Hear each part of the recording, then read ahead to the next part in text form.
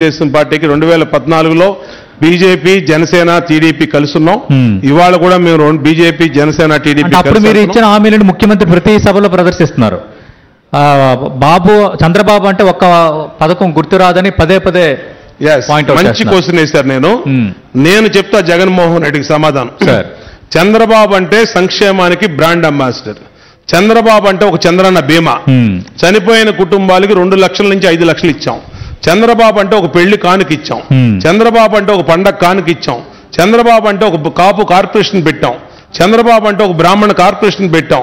చంద్రబాబు అంటే ఒక రంజాన్ తోఫా ఇచ్చాం.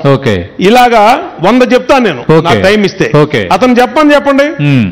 నువ్వు నవరత్నాలని నవమోసాలు చేసినోడి నువ్వు ముఖ్యమంత్రిగా ఉండి ఇప్పటికి నువ్వు చెప్పుకోలేని, ఇంకా నువ్వు అయిపోయినటువంటి 2014 2019 ఆ స్టోరీ చెప్తావేంటి? నువ్వేం స్టోరీ చేశావు?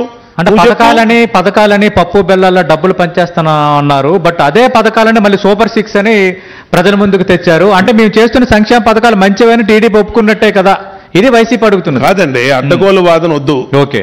2014 ఈ రాష్ట్రం 2014 జూన్ 2వ తారీఖున ఏర్పడింది. అవును, మేము ఫస్ట్ గవర్నమెంట్ లోకి వచ్చాం.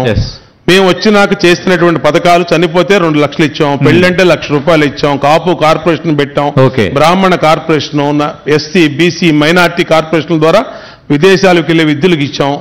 ఇది మేము చేశాం. ఇప్పుడు మళ్ళా మేము అధికారంలోకి వస్తే మా సూపర్ 6 అని మేము చేస్తున్న పథకాలు 200 పింఛను. నేను ఎమ్మెల్యే అయినప్పుడు ఫస్ట్ 2000 చేసింది ఎవడండి? వీళ్ళ తాత చేశాడు ఎవడన్నా? మాట్లాడమనండి ఎవడన్నా. 2000 చేసింది చంద్రబాబు గారు.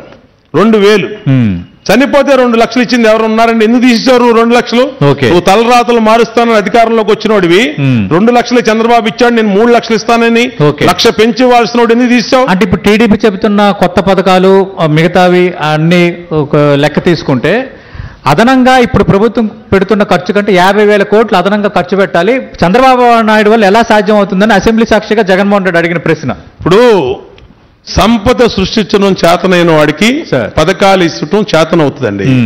తెలుగుదేశం హయాంలో నూతన రాష్ట్రం ఏర్పడినప్పుడు 1,30,000 కోట్ల అప్పులు, 16,500 కోట్ల లోటు బడ్జెట్, రెవెన్యూ లోటు. కనీసం ఆఫీస్ లేదు విజయవాడ నగరంలో, ఆంధ్రకి రాజధాని లేదు, ఆఫీస్ లేదు. అలాంటి పరిస్థితి నుంచి ఈ రాష్ట్రాన్ని ఒక రేంజ్కి తీసుకొచ్చాడు చంద్రబాబు నాయుడు గారు, ఆయన అనుభవం కానీ ఆయన విజన్తో. అలాంటి వాడికి ఏదైనా సాధ్యం. నువ్వు ఒక ప్రిజనర్ ఇవి, నీకేం సాధ్యం అవుతుంది? నువ్వేంటి 12 లక్షల కోట్లు అప్పులు చేసావు, బటన్ నొక్కానన్నావు. ఎక్కడ బటన్ నొక్కావో, ఎవరికి వెళ్ళిందో ఎవరికి తెలీదు. నువ్వే చెప్తున్నావు 2,50,000 కోట్లు నేను ఇప్పటికీ వెల్ఫేర్ రూపంలో బటన్ నొక్కి ఇచ్చానంటున్నావు. మరి రిమైనింగ్ 11 లక్షల కోట్లు ఏమైపోయినాయి? 10 లక్షల కోట్లు ఏమైపోయినాయి? చెప్పు సమాధానం. కాబట్టి అవి ఎక్కడికి పోయినాయి ఎవరికి తెలియదు. బోండా ఉమ్మ గారు